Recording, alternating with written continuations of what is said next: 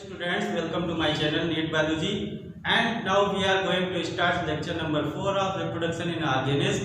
आज के लेक्चर में हम समझेंगे सेक्सुअल रिप्रोडक्शन के इवेंट्स क्या होते हैं। कल तक हमने जो समझा था कि कॉन्टिन्यूअस ब्रीडर्स क्या होते हैं, सीजनल ब्रीडर्स क्या होते हैं। इसके बाद जो एनसीईआरटी में मेंशन है वो है इवेंट्स इन सेक्सुअल रिप्रोडक्शन। क्या सेक्सुअल रिप्रोडक्शन में इवेंट्स होते हैं? Events in sexual reproduction. तो सेक्सुअल रिप्रोडक्शन में जो घटनाएं होती हैं उनको 3 भागों में बांटा गया है बेटा। सबसे पहला है प्री फर्टिलाइजेशन। प्री फर्टिलाइजेशन मतलब फर्टिलाइजेशन के पहले। दूसरा है फर्टिलाइजेशन मतलब फर्टिलाइजेशन के समय क्या होता है। और तीसरा है बेटा पोस्ट फर्टिलाइजेशन, यानी फर्टिलाइजेशन हो गया तो उसके बाद क्या घटनाएं घटती हैं, और तीनों को हमें समझना है। प्री फर्टिलाइजेशन मतलब फर्टिलाइजेशन के पहले। अब क्या हुआ सेक्सुअल रिप्रोडक्शन में, हमने बताया मेल और फीमेल गैमेट बनेंगे जब उनका फ्यूजन होगा, फर्टिलाइजेशन होगा। कैसे होता है देखते हैं। प्री फर्टिलाइजेशन के लिए हम ये कह सकते हैं कि prior to fusion of gametes, gametes के फ्यूजन के पहले की अवस्था को प्री फर्टिलाइजेशन में कहते हैं। और फॉर्मेशन ऑफ गैमेट्स भी इसी स्टेज में होता है। मतलब गैमेट का फॉर्मेशन जो होगा वो कहाँ पे होगा, वो प्री फर्टिलाइजेशन कहलाएगा। और गैमेट के फॉर्मेशन को कहते हैं, यानी कि प्री फर्टिलाइजेशन में फॉर्मेशन ऑफ गैमेट्स होगा। पहली बात फॉर्मेशन ऑफ गैमेट्स, और फॉर्मेशन ऑफ गैमेट्स को बोलते हैं बेटा गैमेटोजेनेसिस। गैमेटोजेनेसिस का मतलब होता है गैमेट्स का निर्माण। गैमेट्स का बनना कहलाता है गैमेटोजेनेसिस। दूसरी, जब गैमेट्स का फॉर्मेशन हो जाएगा तो गैमेट का ट्रांसफर भी होगा। तो दूसरी कंडीशन होगी आपकी गैमेट ट्रांसफर की। तो हमें 2 कंडीशन इसमें समझनी है प्री फर्टिलाइजेशन स्टेज में। फर्टिलाइजेशन के पहले मतलब फॉर्मेशन ऑफ गैमेट्स, गैमेटोजेनेसिस, और गैमेट का ट्रांसफर। अब हम समझते हैं क्या होता है गैमेटोजेनेसिस, फॉर्मेशन ऑफ गैमेट्स। तो ये क्या है, process of formation of gametes is called gametogenesis.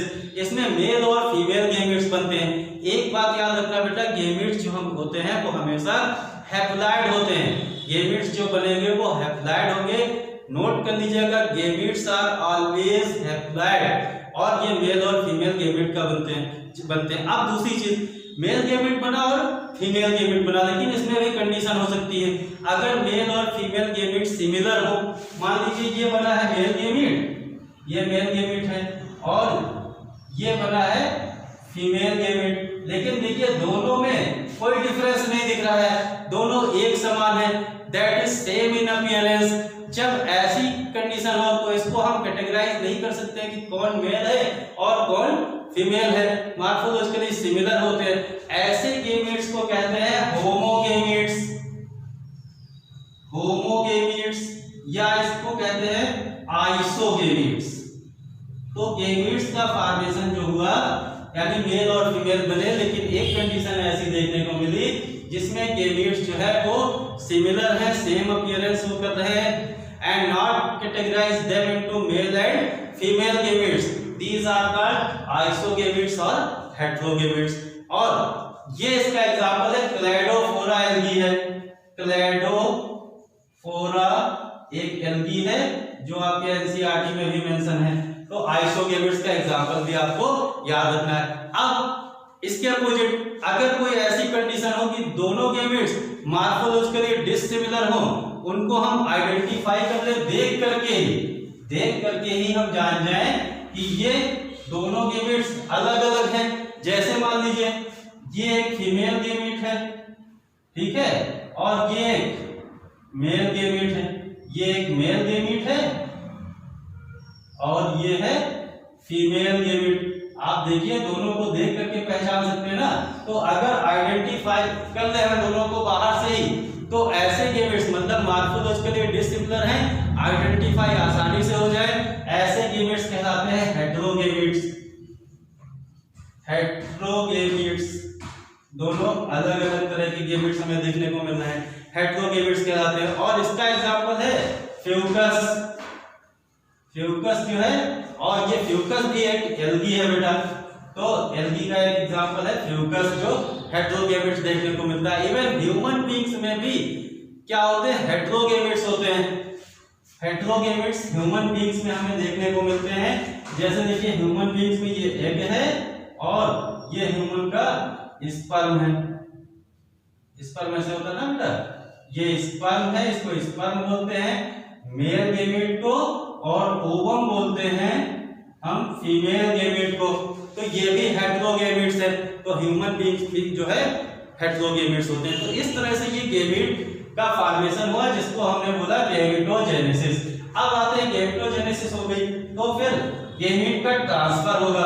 अब गैमेट का ट्रांसफर भैया, जैसे गैमेट बन गया, अब इनका ट्रांसफर नहीं करेंगे तो आगे फर्टिलाइजेशन कैसे होगा।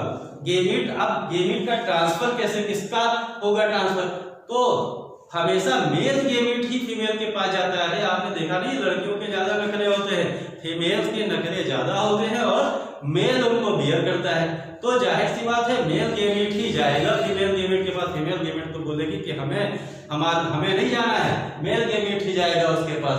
तो मेल गैमेट का ट्रांसफर होगा फीमेल के पास। अब अगर हम प्लांट की केस की बात करें, तो प्लांट की केस में मेल गैमेट कहाँ बनेंगे, तो अगले चैप्टर में डिटेल से समझेंगे। अभी ये समझ लीजिए, जैसे ये स्टेमन है, स्टेमन में ये होता है एंथर, और एंथर में ये होता है इसका फिलामेंट, और ये बोलते हैं इसको स्टेमन। ये मेल पार्ट है, और इसमें एंथर से बनेंगे ये पॉलन ग्रेन। प्लांट्स की बात कर रहे हैं बेटा हम, ये लिख दे रहे हैं प्लांट्स की केस की बात कर रहे हैं अगर। अब ये पॉलन ग्रेन जो है, ठीक है, पॉलन ग्रेन, और इससे मेल गैमेट बनेगा, और ये जाएंगे किसके पास, फीमेल के पास। ये फीमेल पार्ट है, जिसको हम गायनोसियम में कार्पेल बोलते हैं। यहाँ पर ये ओवरी है, और इसके स्टिग्मा पर इसका ट्रांसफर होगा। तो अब ट्रांसफर ऑफ पॉलन ग्रेन, ठीक है, मेल गैमेट जब इसमें जाएंगे तो इसको बोलते हैं पॉलिनेशन। मतलब पॉलिनेशन वो प्रोसेस है जिससे गैमेट का ट्रांसफर होगा प्लांट्स में। और अगर हम फीमेल उसकी बात करें एनिमल्स की, तो एनिमल्स में क्या होता है, ह्यूमन बींग्स में ट्रांसफर कैसे होंगे, वहां पॉलिनेशन जैसी कोई प्रोसेस नहीं होगी। वहां मेल गैमेट बनेंगे किसमें, टेस्टिस में बनते हैं स्पर्म, ठीक है, और वो पेनिस के थ्रू फीमेल जो है वेजाइनल ट्रैक्ट के अंदर रिलीज कराए जाएंगे। प्रोसेस को बोलेंगे इंसेमिनेशन। तो वहां पर एनिमल के केस में, इवन ह्यूमन बीइंग में क्या होता है, गैमेट का ट्रांसफर कैसे होता है कि मेल का जो स्पर्म है वो थ्रू पेनिस फीमेल के एग के पास जाएगा, और प्रोसेस को बोलेंगे इंसेमिनेशन। ह्यूमन रिप्रोडक्शन वाले चैप्टर में हम इसको डिटेल से समझेंगे। अभी समझ लीजिए गैमेट का ट्रांसफर दो तरीके से, प्लांट्स के केस में पॉलिनेशन कहलाया और ह्यूमन के केस में कहलाया इंसेमिनेशन। तो ये गैमेट का ट्रांसफर हो गया। तो कहने का मतलब ये दोनों कंडीशन, गैमेटोजेनेसिस और गैमेट का ट्रांसफर, ये कहलाई सब प्री फर्टिलाइजेशन कंडीशन, फर्टिलाइजेशन के पहले की अवस्था है। अब इसके बाद होता है फर्टिलाइजेशन। गैमेट बन गए, गैमेट का ट्रांसफर हो गया। अब फर्टिलाइजेशन में आते हैं हम, क्या होता है फर्टिलाइजेशन में, और फर्टिलाइजेशन को सिनगेमी कहते हैं, हमने बताया भी था एक लेक्चर में। मोस्ट वाइटल इवेंट्स जो होता है सेक्सुअल रिप्रोडक्शन का, वो फ्यूजन ऑफ गैमेट्स होता है। Most vital events of sexual reproduction is called fusion of gametes. Fusion of gametes को हम कहते हैं फर्टिलाइजेशन। ये मेल गैमेट हो गया, और ये मेल गैमेट हो गया स्पर्म, और ये एग हो गया फीमेल गैमेट, इनका फ्यूजन हो गया। जब इसका फ्यूजन हुआ, प्रोसेस को बोले फर्टिलाइजेशन। तो जो दूसरी स्टेज है फर्टिलाइजेशन में, मेल और फीमेल गैमेट का फ्यूजन होता है। मेल और फीमेल गैमेट के फ्यूजन को हम फर्टिलाइजेशन कहते हैं। एक चीज और, इसका रिजल्ट जो होता है वो जाइगोट बनता है। मेल और फीमेल गैमेट के फ्यूजन का रिजल्ट जो है, परिणाम, वो जाइगोट का फॉर्मेशन होता है। अब देखते हैं फर्टिलाइजेशन तो हुआ, हम समझ गए कि मेल और फीमेल गैमेट का फ्यूजन हुआ, फर्टिलाइजेशन कहलाया। फर्टिलाइजेशन भी दो तरीके से होता है, एक बेटा होता है एक्सटर्नल फर्टिलाइजेशन, और दूसरा होता है इंटरनल फर्टिलाइजेशन। नाम से स्पष्ट है, बाहर और अंदर। एक्सटर्नल फर्टिलाइजेशन का मतलब fertilisation occurs in the external medium. मतलब वाटर में होता है ज्यादातर। एक्सटर्नल मीडियम में बॉडी से बाहर फर्टिलाइजेशन हो तो एक्सटर्नल फर्टिलाइजेशन कहलाता है, that is outside of the body, body के बाहर एक्सटर्नल मीडियम में। और मेजॉरिटी ऑफ एल्गी में देखने को मिलता है हमको एक्सटर्नल फर्टिलाइजेशन, ज्यादातर एल्गी में एक्सटर्नल फर्टिलाइजेशन देखने को मिलता है। फिशेस में हमको देखने को मिलता है एक्सटर्नल फर्टिलाइजेशन, एम्फीबियंस में हमको देखने को मिलता है फर्टिलाइजेशन। फ्रॉग है, फ्रॉग कहाँ, जैसे देखिए फ्रॉग है और फ्रॉग जो है ये वाटर के अंदर है, ठीक है, ये फ्रॉग है, ये मेल फ्रॉग है। मेल फ्रॉग ने क्या किया, अपने गेमेट्स को रिलीज किया, ये वाटर में, वाटर बना दिया हमने, वाटर में मेल गेमेट्स को रिलीज किया।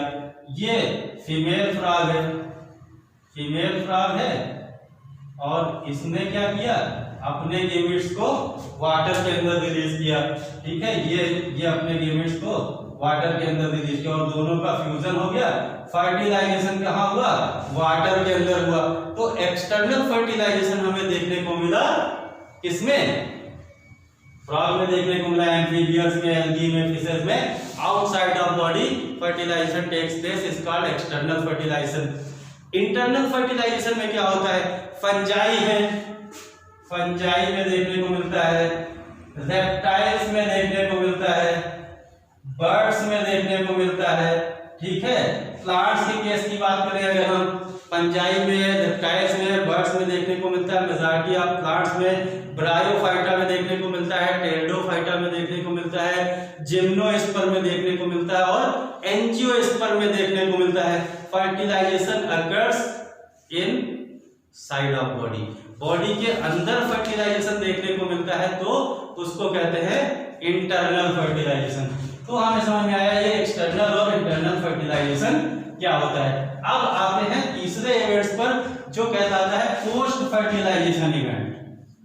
पोस्ट फर्टिलाइजेशन इवेंट्स, फर्टिलाइजेशन के बाद की घटनाएं।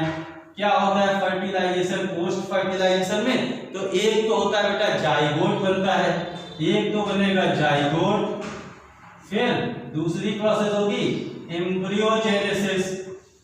एम्ब्रियोजेनेसिस दोनों वर्ड याद रखिएगा। जाइगोट बना, मेल और फीमेल गेमेट का फ्यूजन हुआ, फर्टिलाइजेशन हुआ, जाइगोट बना। Zygote is the link between two generation. Important बात है, zygote is the link between two generation, दो जनरेशन के बीच की लिंक होती है जाइगोट। और ये जाइगोट जो है एक्सटर्नल फर्टिलाइजेशन में जाइगोट कहाँ बनता है, आउटसाइड बॉडी के बनता है, वाटर में। इंटरनल फर्टिलाइजेशन में जाइगोट जो है इनसाइड बॉडी के अंदर बनता है, ठीक है। अब जितने भी सेक्सुअली रिप्रोड्यूसिंग ऑर्गेनिज्म होते हैं including human being, like as a single cell zygote, उसके अंदर एक सिंगल सेल जाइगोट होता है, जो मतलब जितने भी सेक्सुअली रिप्रोड्यूसिंग ऑर्गेनिज्म होते हैं ह्यूमन बीइंग को मिला लीजिए आप, तो क्या करते हैं, इनकी जो है बिगिनिंग होती है, शुरुआत जो होती है, begin like as a single cell zygote, याद रखिएगा। अब एम्ब्रियोजेनेसिस क्या है, अब ये जो जाइगोट बना, जाइगोट का होगा डेवलपमेंट, यानी डेवलपमेंट होगा तो एम्ब्रियो बनेगा। Development of embryo from zygote is called embryogenesis. Development of zygote from development of embryo from zygote is called embryogenesis. इसको बोलते हैं एम्ब्रियोजेनेसिस। अब एम्ब्रियोजेनेसिस में क्या होता है बेटा, दो प्रोसेस देखने को मिलती है एम्ब्रियोजेनेसिस में। एक तो होता है सेल डिवीजन, सेल डिवीजन होगा माइटोसिस से, अपनी संख्या को बढ़ाएंगी, increase in their number of cells and developing embryo, embryo को डेवलप करेगी। तो माइटोसिस देखने को मिलेगी, सेल डिवीजन देखने को मिलेगा। दूसरी सेल डिफरेंशिएशन हमें देखने को मिलता है एम्ब्रियोजेनेसिस में। अब सेल डिफरेंशिएशन क्या है, ये क्या करती है, ग्रोथ जो हेल्प करती है सेल्स की ग्रोथ में, और क्या करती हैं, डिवाइड कर देती है सेल्स को, अंडर को सर्टेन मॉडिफिकेशन, कुछ मॉडिफिकेशन कर देती है, हर सेल का काम बांट लेती हैं, स्पेशल टिश्यू का फॉर्मेशन कर देती हैं, ऑर्गन्स बनते हैं, ऑर्गेनोजेनेसिस होती है, और फिर नए ऑर्गेनिज्म का फॉर्मेशन हो जाता है। तो एम्ब्रियोजेनेसिस में हमें दो प्रोसेस देखने को मिलती है, सेल डिवीजन और सेल डिफरेंशिएशन। तो ये बात हो गई पोस्ट फर्टिलाइजेशन इवेंट्स की। अब जब एम्ब्रियो का डेवलपमेंट होता है तो एम्ब्रियो का डेवलपमेंट जो है वो एम्ब्रियोजेनेसिस यानी एम्ब्रियोनिक डेवलपमेंट जो होता है उसमें क्या होता है, एम्ब्रियोनिक डेवलपमेंट के आधार पर देखा जाए अगर तो एम्ब्रियो से जब इसका एम्ब्रियोनिक डेवलपमेंट जब होगा तो जीव बनेगा। और ये कैसे बनेंगे, तो या तो ये तीन तरह के ऑर्गेनिज्म बनेंगे। एक कहलाता है ओविपेरस, ओविपेरस बनेगा, या बनेगा वीवीपेरस, और या बनेगा ओवो वीवीपेरस। तीन कैटेगरी के ऑर्गेनिज्म बनते हैं। अब ओविपेरस क्या है, वीवीपेरस क्या है और ओवोवीवीपेरस क्या है। तो बर्ड्स और रेप्टाइल्स, ध्यान रखिएगा, बर्ड्स एंड रेप्टाइल्स, इसके अंदर जो ये होते हैं ये ओविपेरस होते हैं, बर्ड्स और रेप्टाइल्स। इसमें जो है क्या होता है, इसमें क्या होता है, zygote develop outside of the body, body के आउटसाइड जो है जाइगोट का डेवलपमेंट होता है। और they get fertilized and unfertilized egg. ये क्या करते हैं, एग को ले करते हैं, वो एग फर्टिलाइज्ड भी हो सकते हैं और अनफर्टिलाइज्ड भी हो सकते हैं। फर्टिलाइज्ड एग जो होते हैं बेटा वो कवर्ड होते हैं एक सेल से, ठीक है, कवरिंग होती है कैलकेरियस सेल से कवर्ड होते हैं। फर्टिलाइज्ड एग जो होते हैं, ये आपके एनसीईआरटी में भी मेंशन है, फर्टिलाइज्ड एग जो होते हैं वो एक सेल से कैलकेरियस सेल से कवर्ड होते हैं। तो ये अब ये और इसके बाद क्या होता है, ये जो है सेफ प्लेस पर इनको एक अच्छी जगह देख करके वहां पर ले करते हैं, अंडे को देते हैं। फिर क्या होता है, एनवायरनमेंट में ऐसी जगह देख लिया जहां सुरक्षित स्थान है, वहां पर अंडे देते हैं और फिर उसमें हैचिंग होती है। हैच इंक्यूबेशन पीरियड के बाद जो है उसमें हैचिंग के बाद यंग वंस का जन्म होता है। तो ये प्रोसेस होती है ओविपेरस में। आप तीनों को लिख लीजिए, ओविपेरस।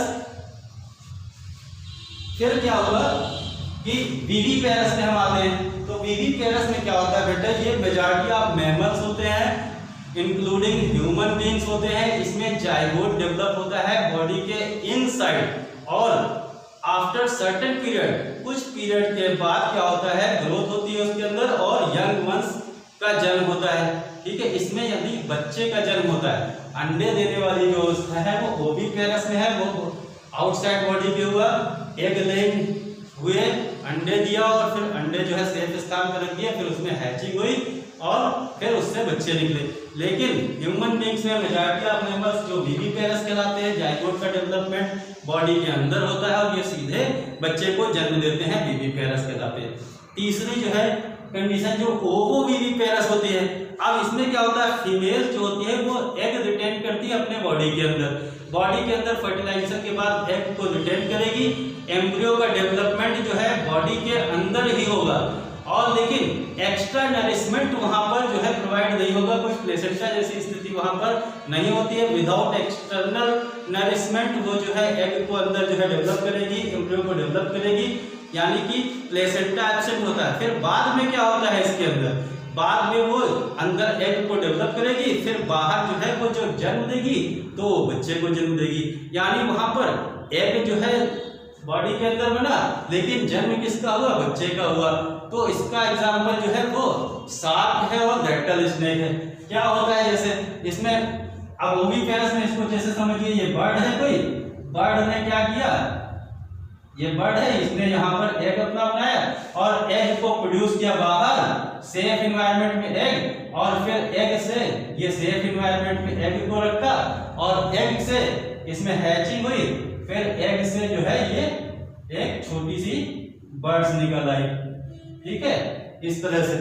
यहाँ पे वीवीपेरस में क्या हुआ, वीवीपेरस में क्या होता है कि ये ह्यूमन बीइंग की बात करें तो ये यूट्रस है, वोम्ब कहते हैं इसको, और यहाँ पर क्या है बेटा, ये एम्ब्रियो देखो बना और इसको नरिशमेंट प्लेसेंटा से मिलता है।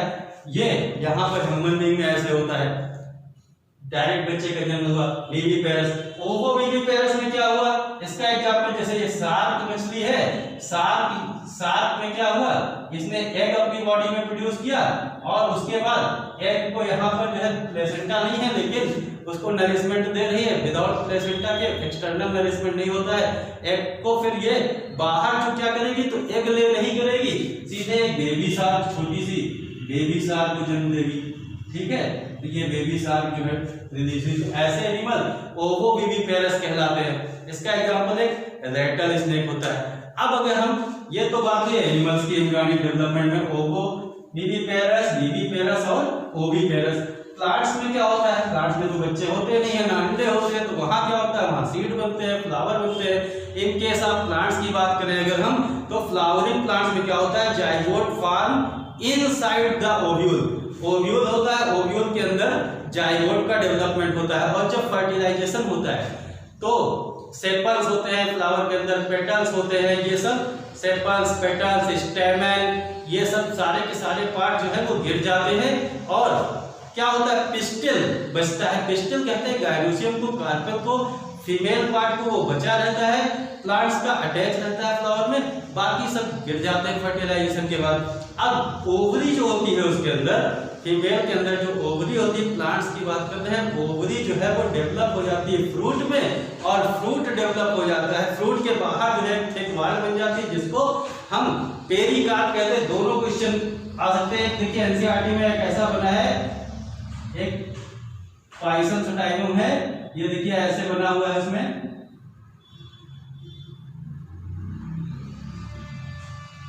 आप एनसीईआरटी के इस चैप्टर में देखेंगे तो आपको ये फिगर देखने को मिलेगा। तो ये सीड है, ये क्या हुआ? ये सीड है, और ये जो बाहर है इसके, ये पेरिकार्प कहलाता है। प्रोटेक्शन का काम करती है पेरिकार्प। तो ओवरी जो है वो फ्रूट में डेवलप हो जाती है, और फ्रूट अपने चारों ओर एक प्रोटेक्टिव कवरिंग बना लेता है, जिसको हम पेरिकार्प कहते हैं। फिर आफ्टर डिस्पर्सल, ये जब डिस्पर्सल होगा, प्रकीर्णन होगा, बीज बिखर जाएंगे, seed germinates under favourable condition and produce new plants. New plants को प्रोड्यूस कर देंगे। ये तो होती है बात प्लांट्स के केस में बेटा। और इस तरह से आज के लेक्चर में बस इतना ही। नेक्स्ट लेक्चर में हम इसके आगे की बात करेंगे और कुछ एक्स्ट्रा इन्फॉर्मेशन को कवर करेंगे। Best of luck, all the best बेटा।